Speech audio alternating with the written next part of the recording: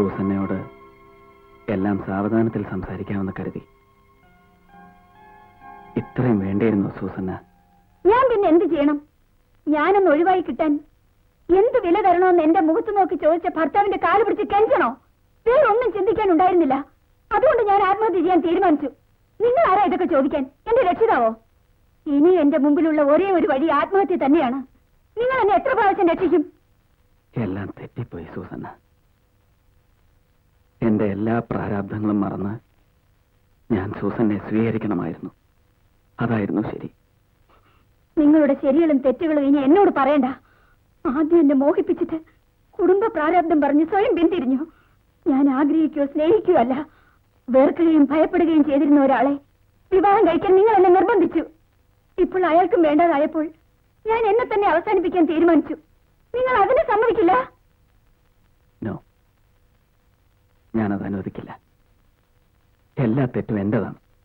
ആ തെറ്റ് എന്നേക്കുമായി തിരുത്താൻ ഞാൻ തയ്യാറുമാണ്. രാജേട്ടനോടെല്ലാം തുറന്നു പറഞ്ഞ് സൂസന്നെ സന്തോഷത്തോടെ ഞാൻ സ്വീകരിക്കും. നിങ്ങളുടെ ഇഷ്ടാനിഷ്ടങ്ങൾക്കനുസരിച്ച് നിങ്ങളെ സ്നേഹിക്കാനും മറക്കാനും ഒക്കെ കീ കൊടുത്ത തുള്ളുന്ന പാവയല്ല ഞാൻ. എനിക്ക് മടുത്തു, എല്ലാം മടുത്തു. എനിക്ക് മരിക്കണം, ഞാൻ മരിക്കും. ഇല്ല സൂസന്ന, ഞാൻ തീരുമാനിച്ചു കഴിഞ്ഞു. എനിക്ക് എന്റെ സൂസനെ തിരിച്ചു വേണം.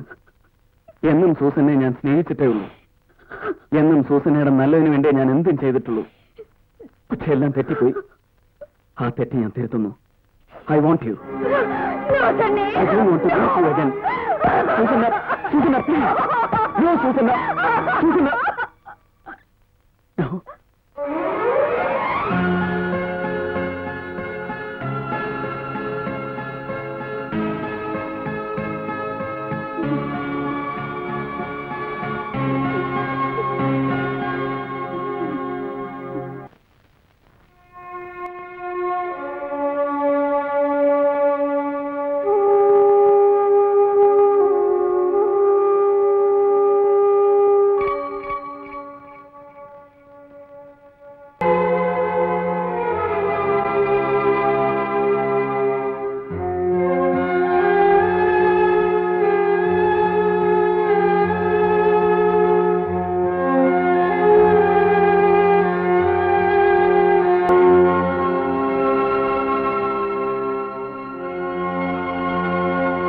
എനിക്കൊരു കുറ്റബോധവും തോന്നുന്നില്ല.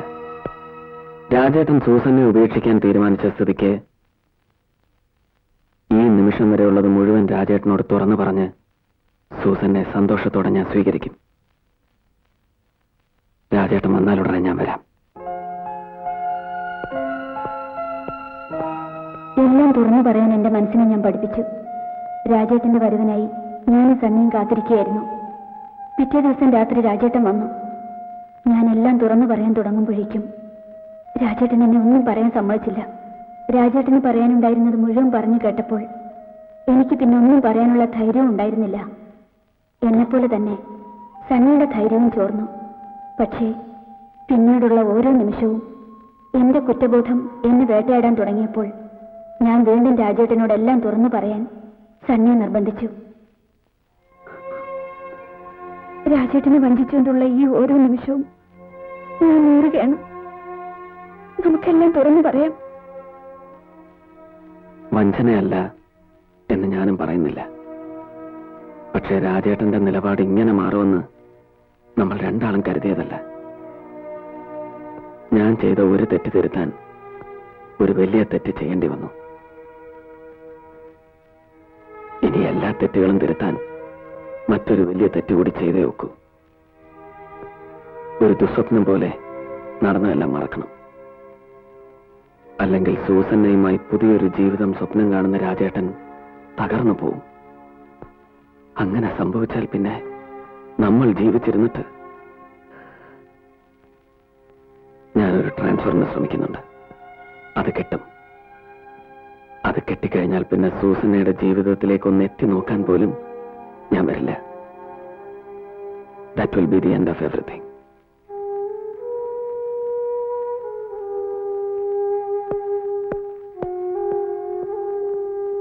സത്യത്തിൽ നമ്മുടെ ജീവിതത്തിൽ നിന്നും എന്നേക്കുമായി ഒഴിയാൻ സണ്ണി മനഃപൂർവ്വം ട്രാൻസ്ഫർ വാങ്ങുകയായിരുന്നു.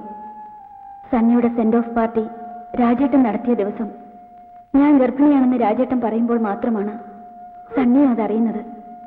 സണ്ണിയുടെ ജീവനാണ് എന്റെ ഉദരത്തിൽ വളരുന്നതെന്ന കുറ്റബോധം സണ്ണിയെ എന്നെയും ആകെ തളർത്തിയിരുന്നു.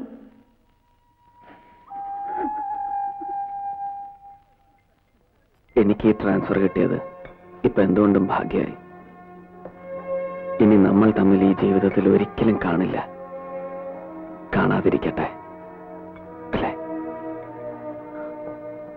സൂസന്നയുടെ കുട്ടി രാജേട്ടന്റെ കുട്ടി തന്നെയാണെന്ന് സ്വയം മനസ്സിനെ പറഞ്ഞു വിശ്വസിപ്പിക്കണം. നിങ്ങൾക്ക് സന്തോഷം നിറഞ്ഞ ഒരു കുടുംബജീവിതം ഉണ്ടാവാൻ ഞാൻ പ്രാർത്ഥിക്കും. ഒന്നും അറിഞ്ഞുകൊണ്ട് ചെയ്തതല്ല. എല്ലാറ്റിനും എന്നോട് ക്ഷമിക്കണം മോളെ. പിന്നെ ഞങ്ങൾ തമ്മിൽ കണ്ടിട്ടില്ല. കാണരുതേന്ന് മാത്രമേ എന്റെ മനസ്സെപ്പോഴും പ്രാർത്ഥിച്ചിരുന്നുള്ളൂ. അതുകൊണ്ട് തന്നെയാണ് ഞാൻ സണ്ണിയുടെ കല്യാണത്തിന് വരാതെ ഒഴിഞ്ഞു മാറിയതും പിന്നീട് ഡേസിയുടെയും മോളുടെയും മരണം അറിഞ്ഞിട്ട് പോലും കൂടെ വരാതിരുന്നതും. പക്ഷേ നമ്മൾ അന്ന് കോവളത്ത് വെച്ച് അവിചാരിതമായി സണ്ണിയെ വീണ്ടും കണ്ടു. സണ്ണിയും കല്യാണം കഴിച്ച് കുടുംബവുമായി സന്തോഷമായി കഴിയുന്നുവെന്ന് കണ്ടപ്പോൾ എന്റെ മനസ്സാകെ ഒന്ന് തണുത്തു തുടങ്ങി. പക്ഷേ പിറ്റേ ദിവസം രാവിലെ രാജേട്ടൻ നടക്കാൻ പോയ സമയം മോൾ ഒറ്റയ്ക്ക് മുറിയുടെ പുറത്ത് കളിച്ചുകൊണ്ടിരുന്നു. ഡേസിയും കുഞ്ഞും ഉണർന്നിരുന്നുമില്ല.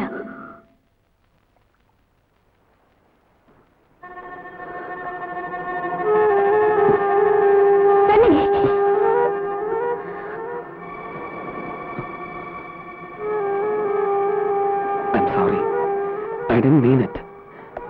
അറിയാതെ സംഭവിച്ചു പോയതാണ്. I am sorry.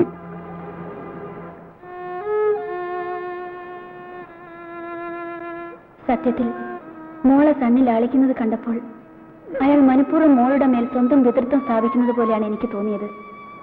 എനിക്ക് അയാളോട് വെറുപ്പും വിദ്വേഷവും തോന്നി. എന്റെ മനസ്സിൽ എന്റെ രാജേട്ടനും മോളും മാത്രമേ ഉണ്ടായിരുന്നുള്ളൂ. പിന്നീട് ഒന്നിനെക്കുറിച്ചും ഒന്നും പറയാൻ സണ്ണിയോ ഞാനോ പരസ്പരം തുനിഞ്ഞതുമില്ല. അന്ന് വീണ്ടും പിരിഞ്ഞപ്പോൾ സമാധാനമേ തോന്നിയുള്ളൂ.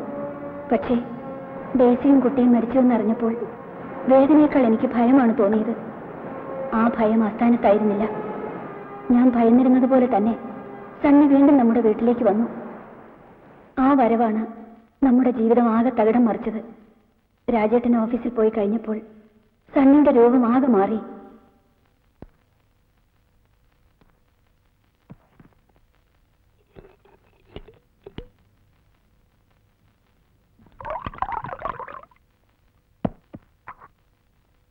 നിൽക്ക്, എനിക്കൊരു കാര്യം പറയാനുണ്ട്. അതിനുവേണ്ടി മാത്രമാണ് ഞാൻ ഇത്രയും കഷ്ടപ്പെട്ടു വന്നത്.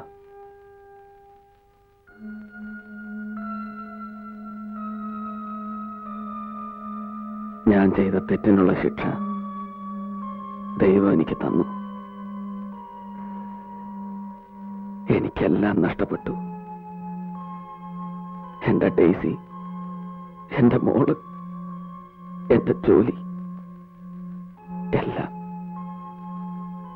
ഇനി ആകെ ഈ ലോകത്ത് എന്റേതെന്ന് അവകാശപ്പെടാൻ എനിക്കുള്ളത് നമ്മുടെ മോള. അവളെ എനിക്ക് വേണം.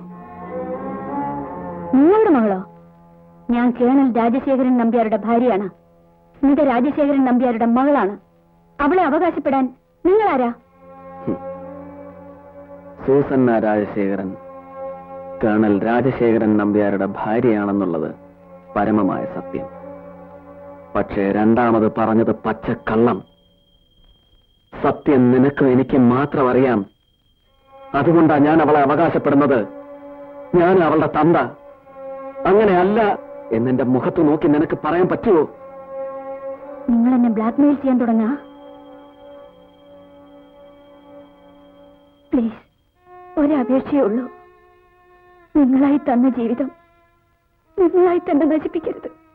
ജീവിതത്തിൽ സ്വാർത്ഥനായിരുന്നെങ്കിൽ നീ എന്നെ എന്റേത് മാത്രമാകുമായിരുന്നു. എന്റെ കുടുംബത്തിന് വേണ്ടി നിന്നെ ആദ്യം ഞാൻ ത്യജിച്ചു. വീണ്ടും ഒരിക്കൽ കൂടി തിരിച്ചു കിട്ടിയപ്പോഴും സുഹൃത്തിന്റെ ജീവിതം തകരാതിരിക്കാൻ വേദനയോടെ മനഃപൂർവ്വം മറന്നു. പണ്ട് സംഭവിച്ചു പോയൊരബദ്ധം ഇന്നെല്ലാം നഷ്ടപ്പെട്ട എനിക്ക് ആകെയുള്ളൊരാശ്വാസമായി. എനിക്ക് എന്റെ മോളെ വേണം സൂസന്ന. നിന്നെ മറന്നിട്ടല്ല, നീയും എന്റെ കൂടെ പോര്. നിന്നെ ഞാൻ ഇപ്പോഴും സ്വീകരിക്കാൻ തയ്യാറാണ്. ഇപ്പോഴെന്ന് മാത്രമല്ല, സണ്ണി സൂസന്നെ എപ്പോഴും സ്വീകരിക്കാൻ തയ്യാറായിരുന്നു. അന്നും ഇന്നും എന്നും ഞാൻ സൂസനെ സ്നേഹിച്ചിട്ടേ ഉള്ളൂ. നമുക്ക് നമ്മുടെ മോളുമായി എവിടെയെങ്കിലും പോയി സുഖമായി ജീവിക്കാൻ Susanna. I want a life. Sunny, നിങ്ങൾ എന്ത് ഭ്രാന്തായി പറയുന്നത്? അങ്ങനെയൊന്നും എനിക്ക് ചിന്തിക്കാൻ പോലും കഴിയില്ല. എനിക്കെന്നല്ല, ഒരു ഭാര്യയ്ക്കും അമ്മയ്ക്കും കഴിയില്ല. സണ്ണി പ്ലീസ്, എന്റെയും എന്റെ കുഞ്ഞിന്റെയും എന്റെ രാജേട്ടന്റെയും ജീവിതം നിങ്ങളായിട്ട് നശിപ്പിക്കരുത്. ഞാൻ നിങ്ങളുടെ കാല് പിടിക്കാം. ശരി, നിന്റെയും നിന്റെ രാജേട്ടന്റെയും ജീവിതം ഞാനായിട്ട് നശിപ്പിക്കുന്നില്ല. പക്ഷെ എന്റെ ജീവിതം നീയും നശിപ്പിക്കരുത്. എനിക്ക് എന്റെ കുഞ്ഞിനെങ്കിലും തിരിച്ചു കിട്ടണം. അല്ലെങ്കിൽ എനിക്ക് എല്ലാം രാജേട്ടനോട് തുറന്ന് പറയേണ്ടി വരും. ഞാൻ തുറന്ന് പറയും. I want my child, my only child, my one and only child in this world. ഞാൻ കാല് പിടിച്ച് കരഞ്ഞപേക്ഷിച്ചിട്ടും അയാളുടെ മനസ്സ് മാറിയില്ല. എനിക്ക് അവസാനം ഒരു തീരുമാനം എടുക്കേണ്ടി വന്നു. മോളെ കൈമാറാമെന്ന് ഞാൻ സമ്മതിച്ചു. അതിനായി പൊന്മുടിയിലെ എൻ പോയിന്റിൽ പിറ്റേ ദിവസം കാത്തു നിൽക്കാമെന്ന് പറഞ്ഞ് അയാൾ പോയി. പക്ഷേ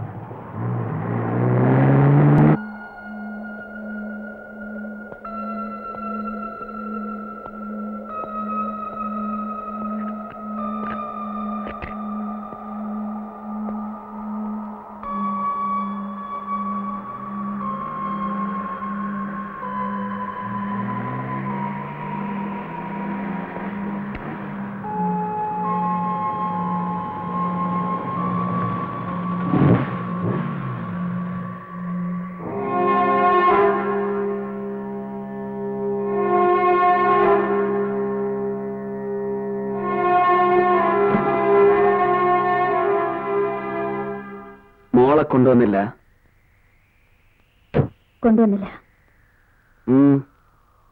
ഞാൻ അവസാനമായി അപേക്ഷിക്കുകയാണ്. നിങ്ങൾ തിരിച്ചു പോണം. എനിക്കെന്റെ കുഞ്ഞിനെ പിരിയാൻ കഴിയില്ല. എങ്കിൽ നമുക്ക് നമ്മുടെ മോളെയും കൊണ്ട് എങ്ങോട്ടെങ്കിലും പോകാം. എനിക്കെന്റെ രാജേട്ടനെയും പിരിയാൻ കഴിയില്ല. Then you are trying to cheat me. No. എനിക്കിനി ഒന്നും ആലോചിക്കാനില്ല. ഒന്നുകിൽ എന്റെ കുഞ്ഞിനെ ഞാൻ അപഹരിച്ചുകൊണ്ട് പോവുക, അല്ലെങ്കിൽ എല്ലാം രാജേട്ടനോട് തുറന്നു പറഞ്ഞ് നിന്നെ മോളെയും കൂട്ടിക്കൊണ്ടു പോവുക. അതുമല്ലെങ്കിൽ ആത്മഹത്യ. അതിനുള്ള ധൈര്യം എനിക്കില്ലാഞ്ഞിട്ടല്ല. നഷ്ടപ്പെട്ടു പോയ എന്റെ മോളുടെ കൂടെ ജീവിച്ച് എനിക്ക് കൊതി തീർന്നില്ല സൂസന്ന. എനിക്ക് ഇവളുടെ കൂടെ എങ്കിലും ഒന്ന് ജീവിക്കണം. എങ്കിൽ എനിക്ക് തന്നെ കൊല്ലേണ്ടി വരും. സൂസന്നയ്ക്ക് ഒരിക്കലും സണ്ണിയെ കൊല്ലാൻ കഴിയില്ല. ശരിയാണ്, പക്ഷേ എന്നെ കൊണ്ട് ആ പാപം ചെയ്യിക്കരുത് സണ്ണി.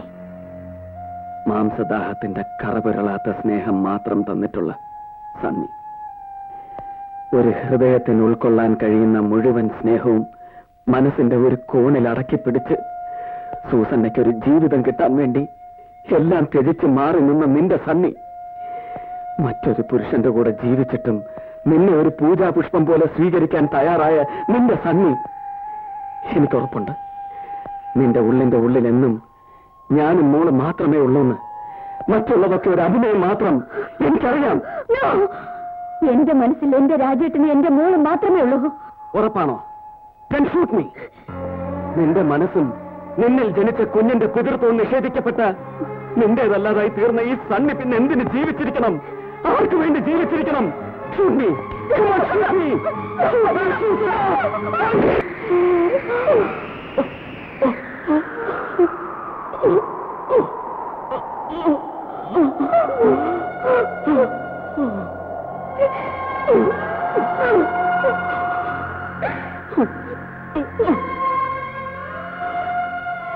ഒരുമിക്കാൻ കഴിയാതെ പോയ നീയും ഞാനും നമ്മുടെ കുഞ്ഞും എന്നും ഈ ഹൃദയത്തിന്റെ സ്വപ്നമായിരുന്നു. സുസന്ന, I love you.